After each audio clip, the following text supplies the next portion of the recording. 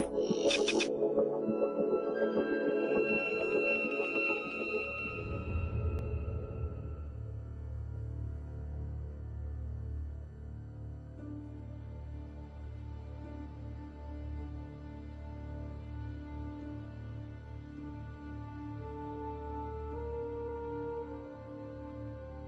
so you can see it came out March 23rd, 2006, and then there's the title.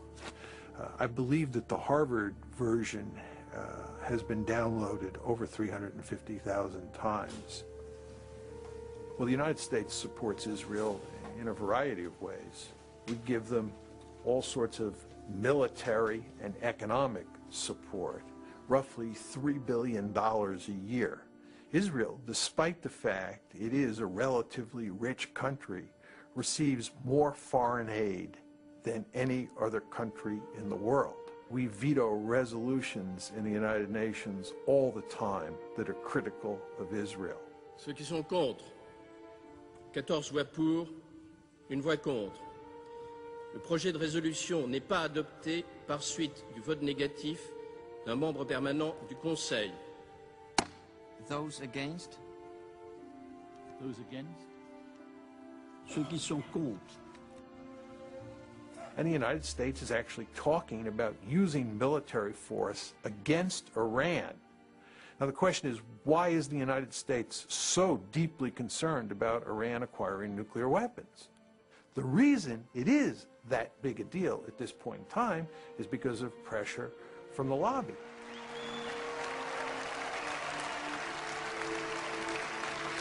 Thank you.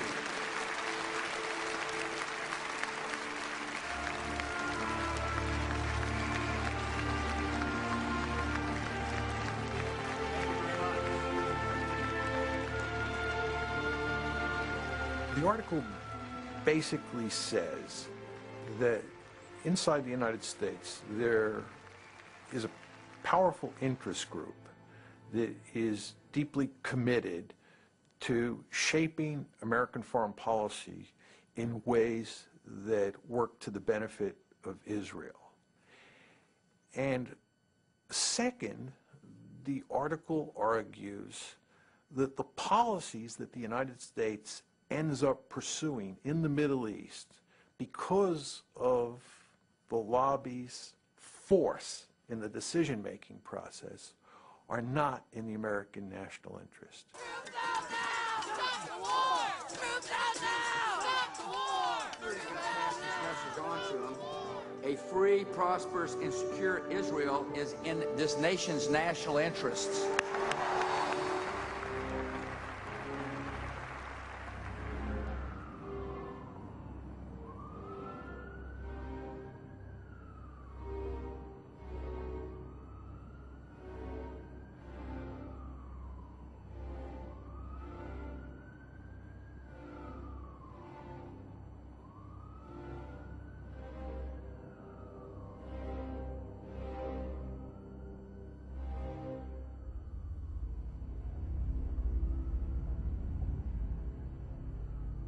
The scholarship is appalling in this piece.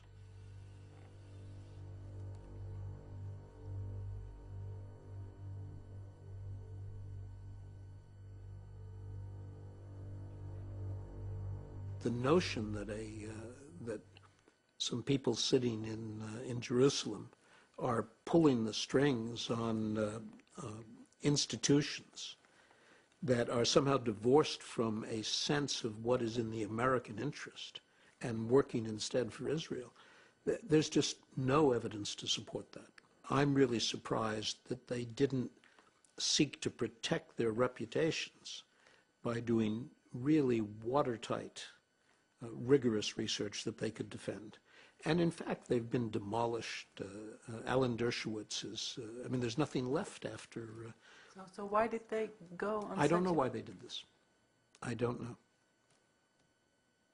Some of the things they say in that piece really made me wince, because Mearsheimer and Walt both are better academics than that report reflects.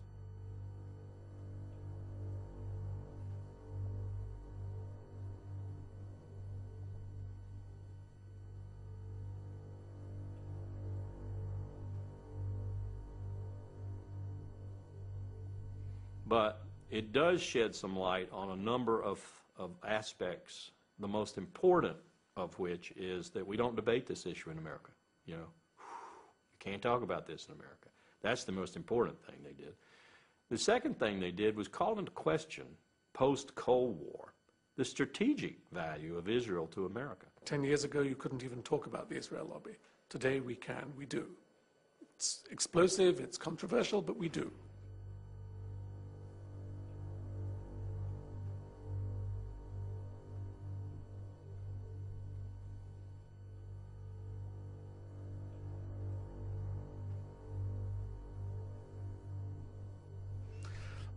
I wrote an article for the New York Times at the time of the Mearsheimer-Walt essay came out, in which an op-ed. And they asked me for this, when I said you should have written about the Mearsheimer-Walt. They had not said anything. And they agreed, which was already a change. But they insisted that somewhere in the article I identify myself as a Jew, because this would give them protection. Controversial article about the Israel lobby. Yes, but he's Jewish, it's okay. That's where we are. It's not fun to be called an anti-Semite.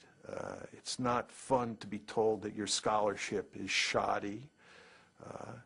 And it's not fun to be pounded day after day and to see very few people standing up in your defense. But again, we knew that was coming. We knew that was the price of writing the article.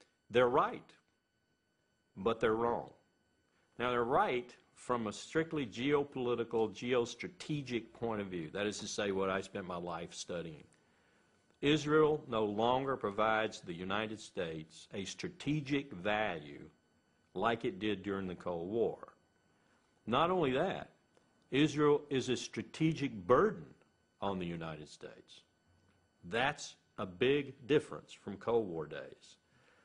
At the same time, the fuller, more comprehensive strategist in me says that doesn't matter, because the connections between America and Israel are so great and so strong that geostrategy, political strategy, whatever you want, grand strategy, is of no consequence here. You actually take that psychological component up to the level of grand strategy, and you say, America can't get out of this even if it wanted to. So, Mr. Walt, Mr. Mearsheimer, you may be technically right, but you are pragmatically wrong, because America simply cannot say, Israel, you're on your own. It just wouldn't work. And one of the reasons it wouldn't work is because we have a very powerful Jewish lobby in America.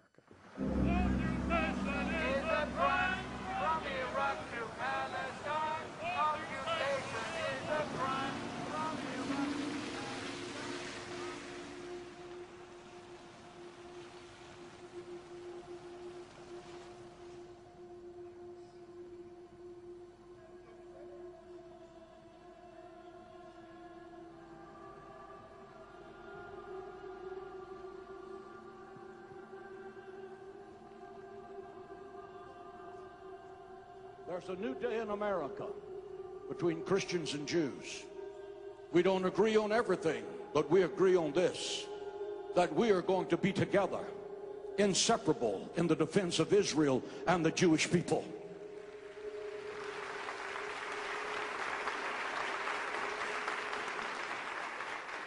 We have millions of people in the infrastructure. We have over 22,000 spiritual leaders, and some of those spiritual leaders have 1 million or 1.5 million names on their mailing list. We have the major radio, television ministries in America supporting what we're doing, because every evangelical believes the Bible, and the Bible has a clear mandate to be supportive of the state of Israel.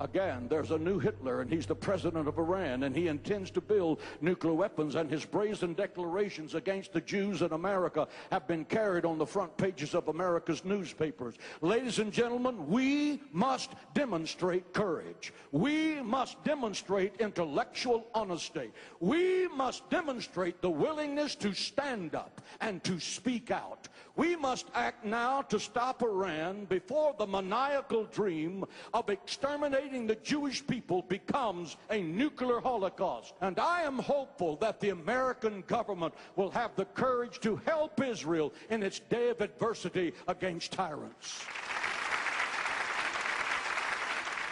I don't think there's ever a time that you can say you have enough support.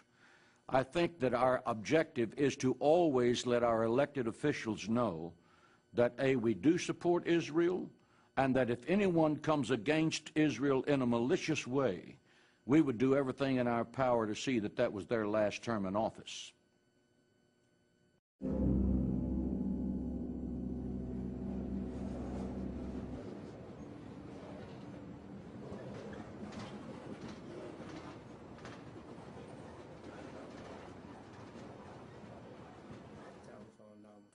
For those guys that were on the campaign with me during the 2002 election. And I want to get a copy of your tape of those commercials that had run. Give me a call. I'm in office 326-8844. Thank you. What AIPAC did, some members of the United States Congress, rather, they put in resolutions condemning Libya. And they just kept them in the resolutions with Syria and with Iran and with Iraq. They kept putting them in that in resolution and kept pushing for all kinds of sanctions, all kinds of action against them. And of course, I voted against the resolution, and others started voting against it. And I think what later I found out what really made them angry, other members of Congress came to me and wanted to know what was happening, and I was telling them, we're trying to negotiate. So what happened? I was looking at CNN. Several people had called me and told me what they had seen and heard, and they told me, look at CNN.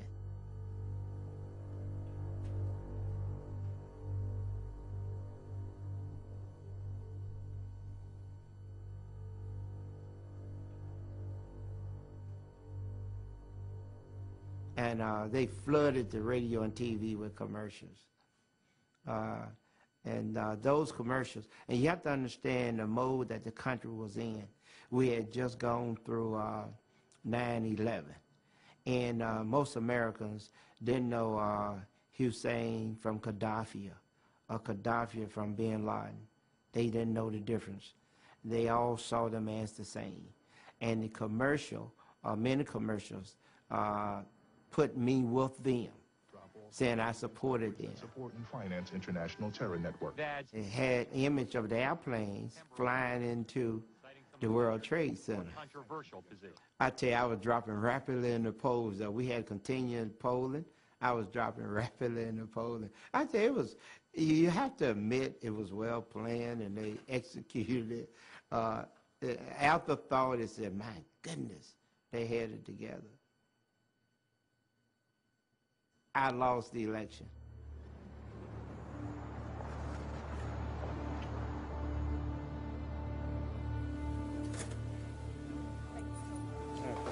But you have to understand, you're talking about a forbidden subject. No one wants to talk about Jews. It's a no-no. It's like you're talking about something that's wrong. You're not even supposed to give your opinion. So you think it's very difficult for me to even ask questions about the Israel lobby in Washington? Absolutely. Very difficult to get answers. Very difficult to get interviews. I hope you're successful. I wish you well. It's going to be rough.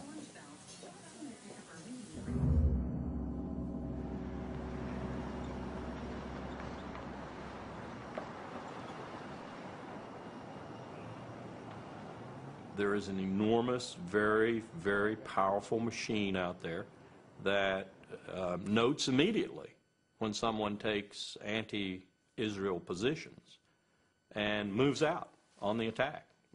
I'll give you a very concrete example. I had mentioned the Mearsheimer-Walt study once in a seminar at one of the universities where I teach, and within 48 hours, I had an email from Alan Dershowitz. Who is he? Alan Dershowitz is a Harvard professor who protects the Jewish lobby in America like an attack dog. I had an email from him, and the email essentially said he didn't think I was doing justice to the American-Israeli relationship, to Israel's existence in the world, etc., by citing the Walt Mearsheimer report because it was so heavily flawed, mistaken, and so forth. And he even attached his own attack on the Walt Mearsheimer report and advised me to use it as counterbalance in my seminar. Well, I wasn't even using the report in my seminar. I simply had mentioned it as evidence of some people's ire, if you will, with the lack of discussion, the lack of debate on these issues in America.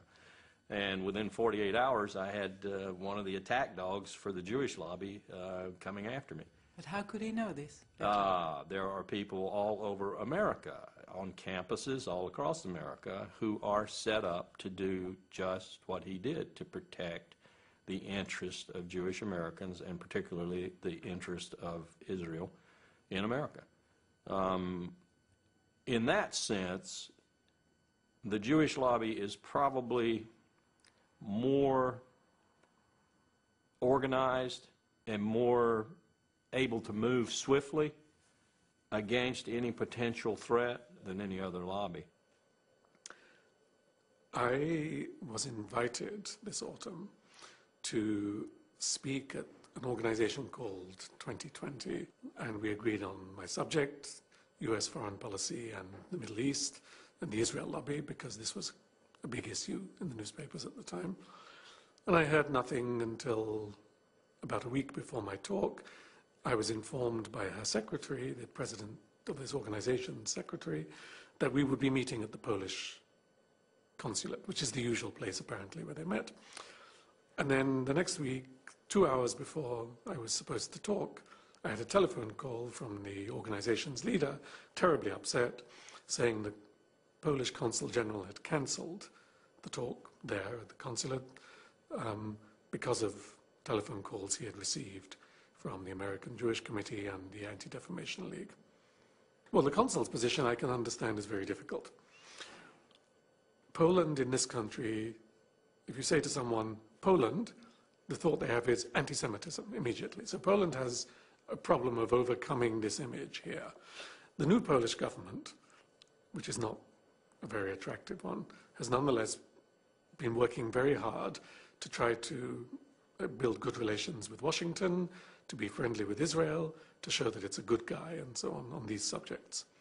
And now suddenly someone comes along and says to the Polish Consul General in New York, you know, Tony Judt is a very controversial character, he's anti-Israel, his remarks some people think are anti-Semitic, are you sure you want to have him?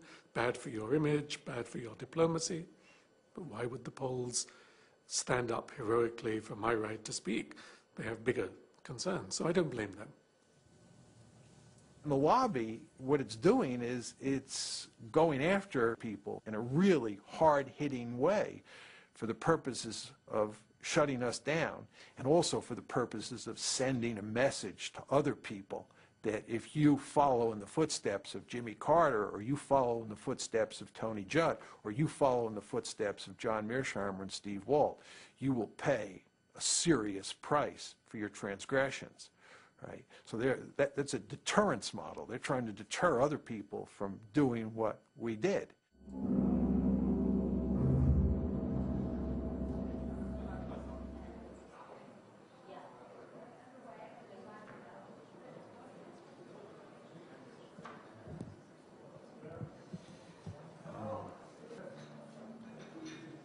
I was wondering if you can comment on the fact that in the press in the United States you are called an anti-Semite and demonizing the Jewish state concerning Human Rights Watch reporting in the Lebanon war.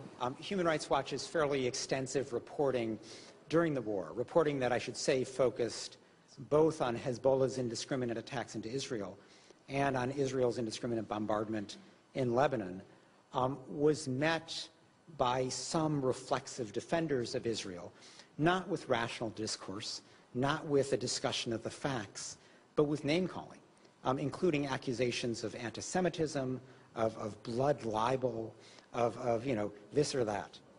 We're used to being attacked by, say, the governments who we're criticizing. But in this case, the Israeli government was actually rather quiet. And indeed, we had what you might call a reasonable dialogue with the Israeli government in the course of the war about what was happening in Lebanon. But it was the supporters of the Israeli government, principally in the United States, although to a limited extent in Israel, who came at us full force. And that was unusual, because we rarely encounter that kind of coordinated attack by ostensibly private individuals, people who had no official position with the Israeli government, but who had assumed for themselves the position of reflexively defending Israel, regardless of its conduct. It's going to be a big political fight. We'll be working in it. Thank you so much, and good luck to you, sir. Thank you. Does it matter that you are Jewish? I think in the course of the debate over the Lebanon war, it was significant because it was harder for the reflexive defenders of Israel to simply dismiss me as being anti-Semitic. It just didn't have any credibility. My father fled the Nazi Holocaust. My mother's parents fled pogroms in Poland and Belarus. I'm just not a candidate for anti-Semitism. And while there is the old kind of tired line of self-hating Jew, it doesn't describe me either, and nobody even really bothers with that kind of criticism anymore. Why? Why? Why not just let ineffective people like me do our little talking? Here we have to come back to something else. It wasn't always like this. It began in the 70s. With the rise of identity politics in this country, where it became fashionable and eventually politically and economically normal for people to think of themselves as Black Americans, Italian Americans, Irish Americans. No one says, I'm a Jewish American. If someone says, you're a Jewish American, it has a slightly uncomfortable air to it.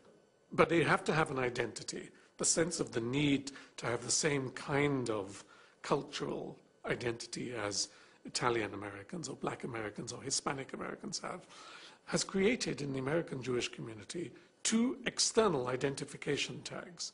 One is Israel, and the other is Auschwitz. So to speak, one in space and one in time. To be a Jew is to be moved by the memory of the Holocaust and to identify with Israel, even if you have no personal connection with the Holocaust and you've never been to Israel, which is true for most of them. The result is that they are extraordinarily sensitive, politically and personally. It's not an invented political thing. People feel this, to any suggestion that there is criticism of Israel or forgetting of the Holocaust, because it touches the core identity of American Jews.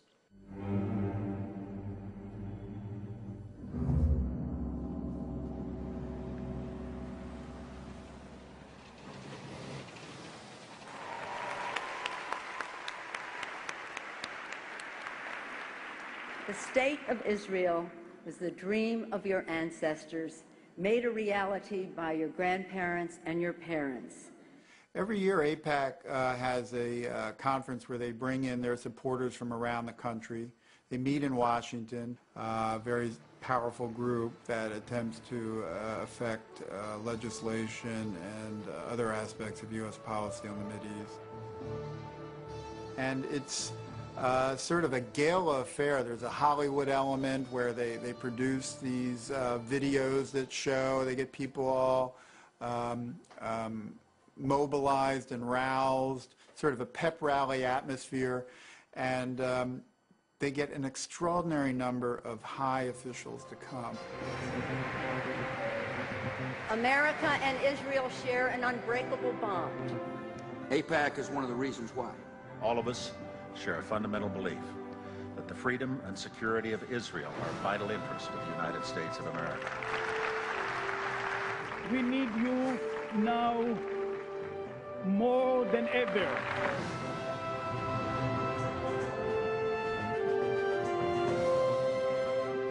It's become like it's a ritual where they have to, the officials have to go to sort of show that they are on AIPAC's side. You know, half the Congress shows up, top administration officials, and they have a keynote speaker every year who is invariably at the very top. From Florida, Bill Nelson. From Nebraska, Ben Nelson. From Illinois, Barack Obama. From Arkansas, Mark Ryan. Can we have a picture first, please? Hey, wait. I think I might have blinked on that one. From South Carolina, Joe Wilson. From California, Lynn Woolsey. From Oregon, David Wu. From Maryland, Albert Wynn. From Kentucky, John Yarmouth. And I also want to mention former member of Congress, AIPAC does an excellent job of constantly testing the loyalty of people in Congress to their cause. And so there's a constant stream of resolutions that get proposed on the Mideast, expressing support for Israel about something it's done, or sympathy with victims of a suicide bombing, or condemning Iran or other people in the region who are being hostile to Israel. And these become tests of sort of loyalty of people in Congress on this issue. And those who vote in the way that AIPAC wants will in many ways be rewarded ultimately with campaign contributions from people sympathetic to AIPAC. AIPAC itself does not give money, but they sort of, this whole series of votes and their very careful cataloging of how people vote very much affects where people make decisions about who to give the money to. Money does not flow into a particular congressman's coffers or a senator's coffers unless he supports positions taken by the lobby. That's their first, I think, major influence is money. And this administration is awash in money, more so probably than any administration in American history. For 2 months, we've been trying to get in contact with Congress people who voted nay to certain of the bills that were supported by AIPAC, but nobody wanted to speak to us. Is that normal? Yeah, this is an issue where a congressperson will see no gain to be made by speaking on it. Just even voting against AIPAC's recommended positions is perilous for them because it can lead to a reduction in campaign funds. It can create all kinds of problems in their home district. But they voted nay. I mean, they did. But they don't want to go even more public about it. A film clip in particular, can you imagine a campaign opponent using that? It could become the basis of a negative campaign ad. And look, this person is against Israel's interest. So whenever I have spoken to people on Capitol Hill about this, it's almost always on a not for attribution basis.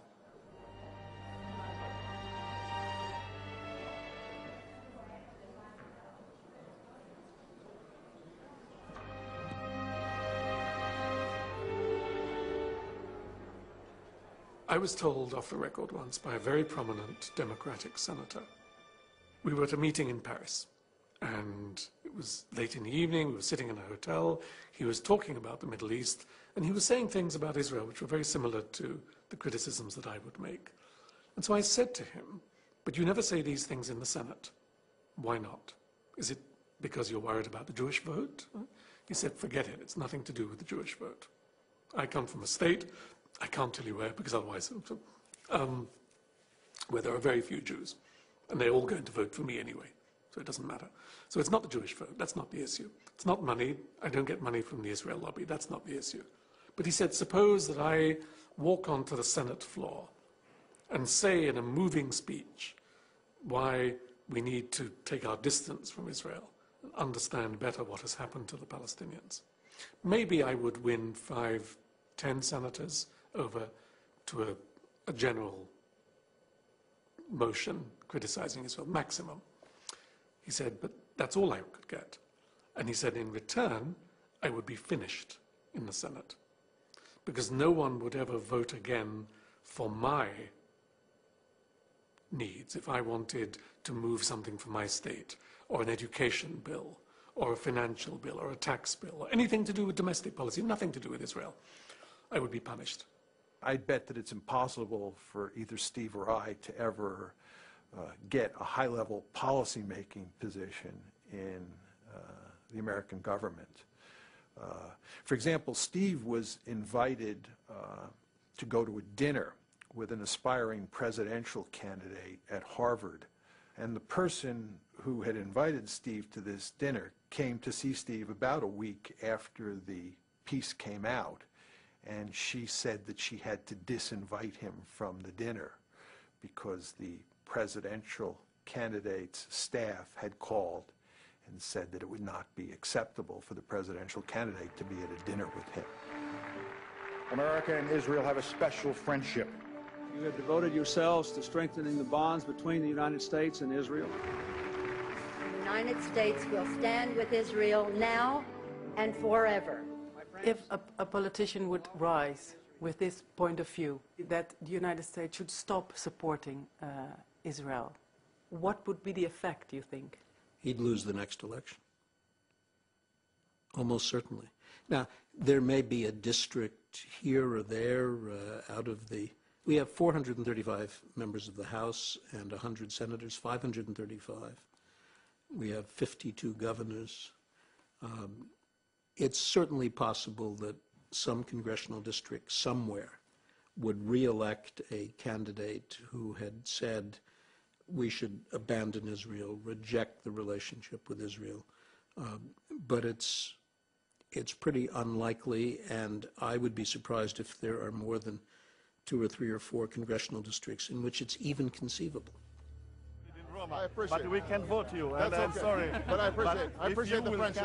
If you will come in Italy, I want to introduce you with a member of a parliament, Italian parliament. I would enjoy that very much. Okay? Thank Sure. you so much. Thank you for everything.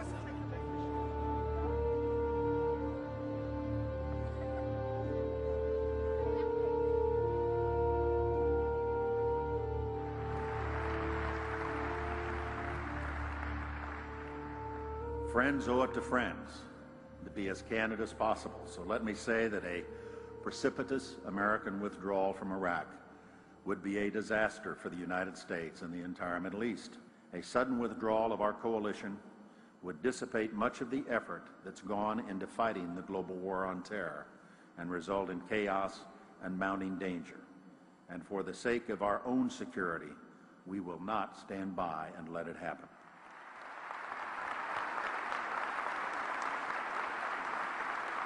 I would argue that had you not had all of these neoconservatives prominently placed inside the Bush administration, that Colin Powell would have never ended up giving that disgraceful presentation in early February 2003 that played such a critical role in turning American public opinion.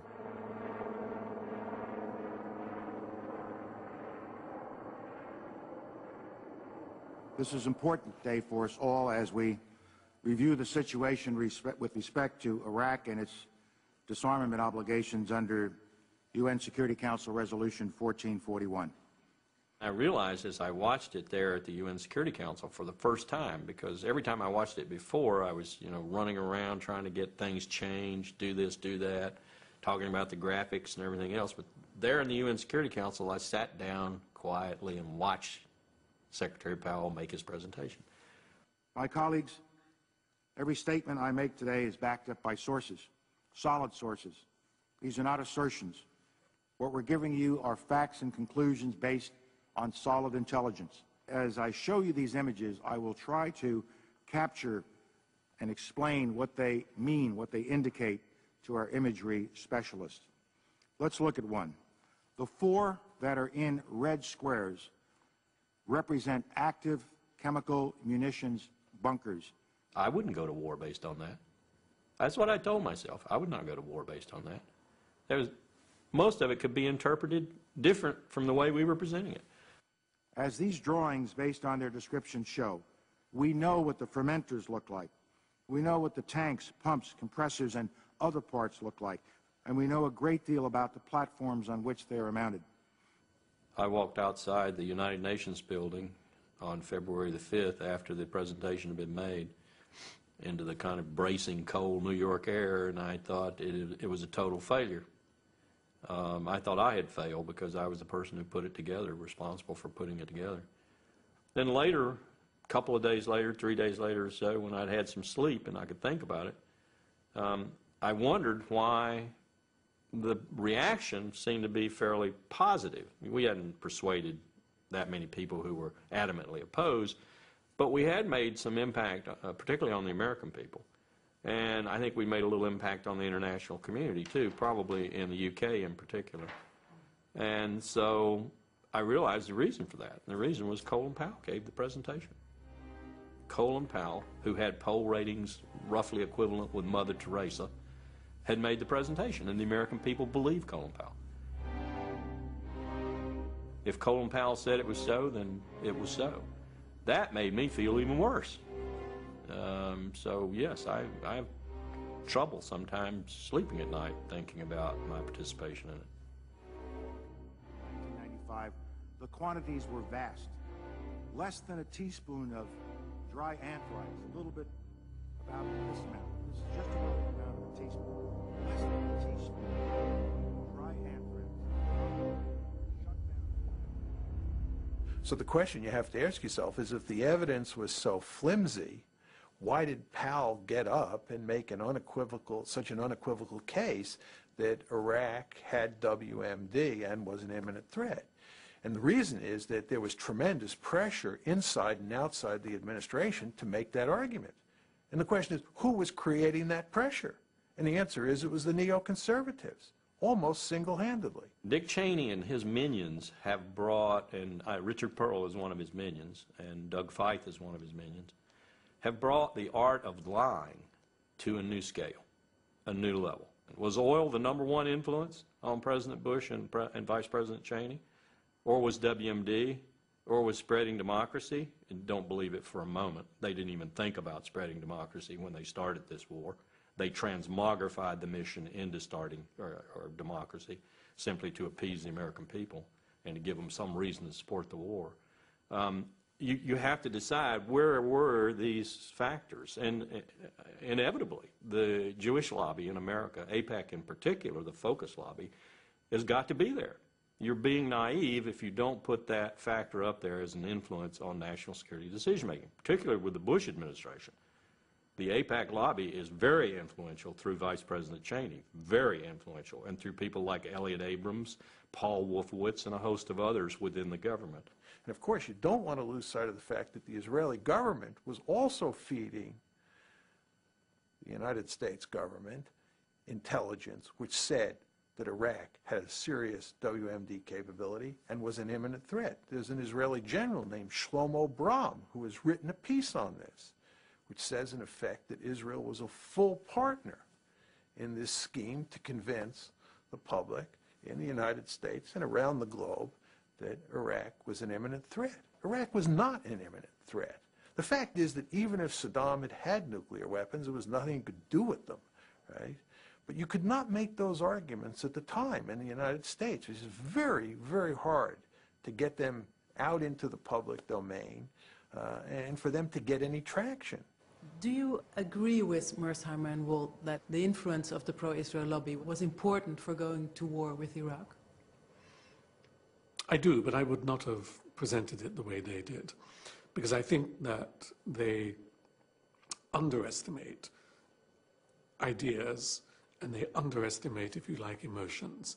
They're very cold and realistic in their view of politics.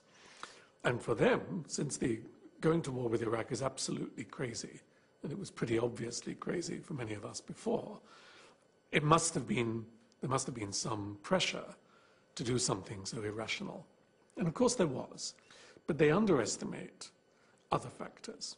The illusion, for example, that we could have control of Iraq's oil and of the strategic region. The belief, which is a deep American belief, which was not invented by the Jewish lobby, that America knows how democracy should work and is an example to the world and has a moral duty and certainly a right to bring this example to the world. And it's all mixed together.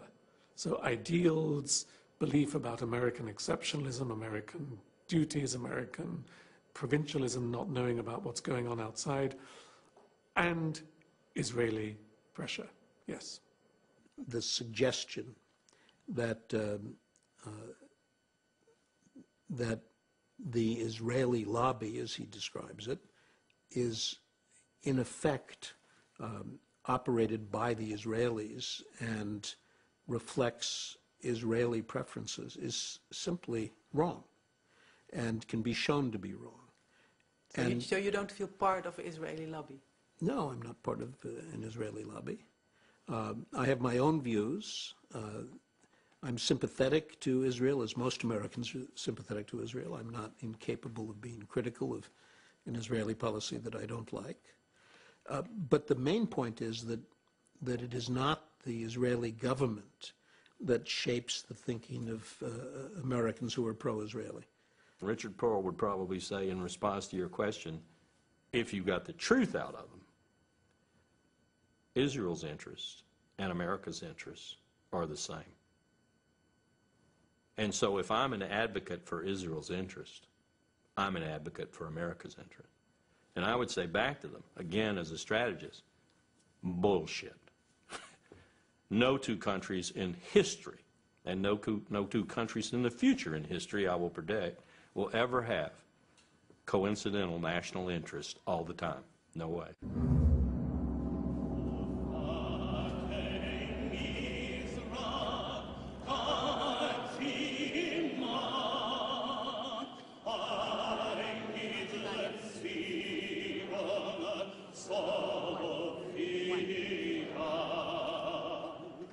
I don't want to kind of develop this great sense of victimhood, but I do feel, and it's, you know, I come here and I feel that we in Israel have paid the price.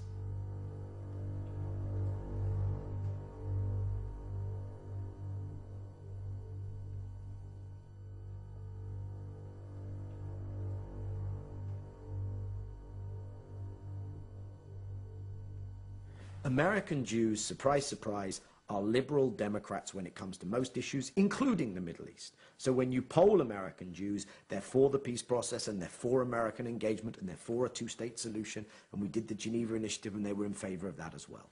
But the institutional, organized leadership of the community has kind of taken things in a very different direction. And I do feel that for their own reasons, reasons that I understand, reasons that are not unique to the Jewish diaspora in America, reasons that are prevalent in many diaspora politics around the world.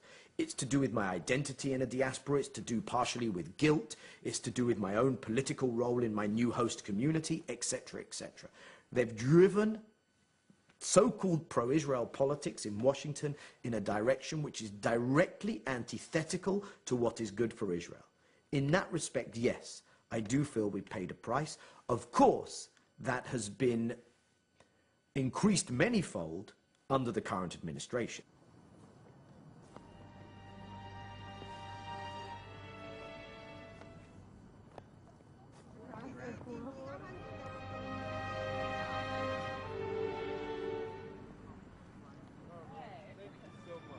America has become part of the Israeli victim narrative. It began, I think, in the 70s, when one of the ways in which the African-American community could begin to get amends for slavery and the consequences of slavery was by emphasizing that it was a victim of history. That even if you didn't do it, history did it. Your grandparents did it. It's not a personal responsibility, but as a cultural debt.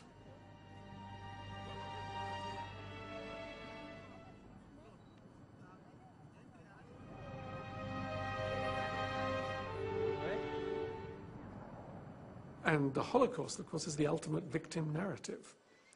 And David Ben-Gurion, the first Israeli prime minister, knew this very well because he turned it to advantage, giving Israel as a whole country a victim narrative. If you can't criticize someone because he himself is a victim, what do you do with the whole country? which is a country born of victimhood, so to speak. I have been in conversations many times with people who are very reasonable and would say, yes, you're right.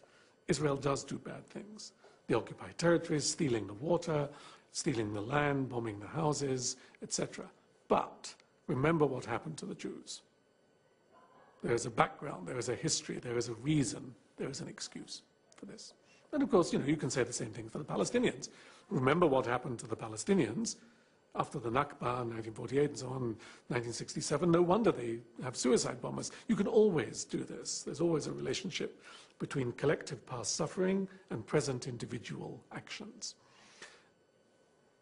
To turn that into public policy, though, is catastrophic, and that is what we see today.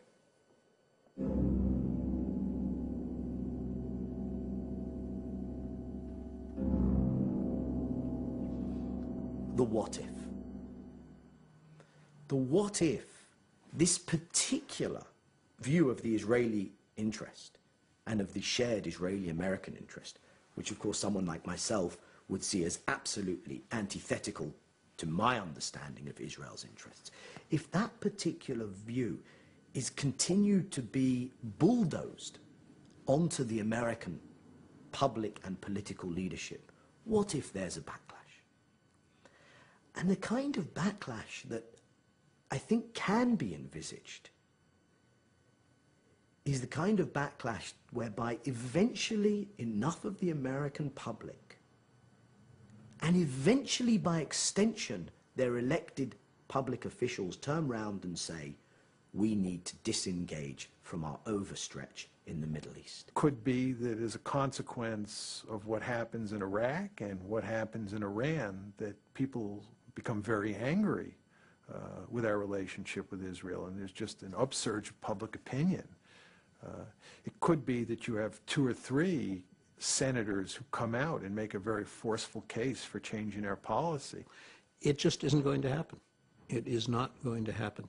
And you could eliminate by some waving a magic wand, you could eliminate the Israeli lobby that Walt and Mearsheimer talk about, and everything I've said would continue to be true. I will make a prediction. If this president orders us to go to war in Iran in the next 2 years, and he orders any considerable ground component to participate in that, Marines or Army, then I think you're going to see another major exodus from the armed forces, general officers, because I think they understand just how colossally wrong such a decision would be and how much that would be the precursor for, call it what you will, World War III, World War IV.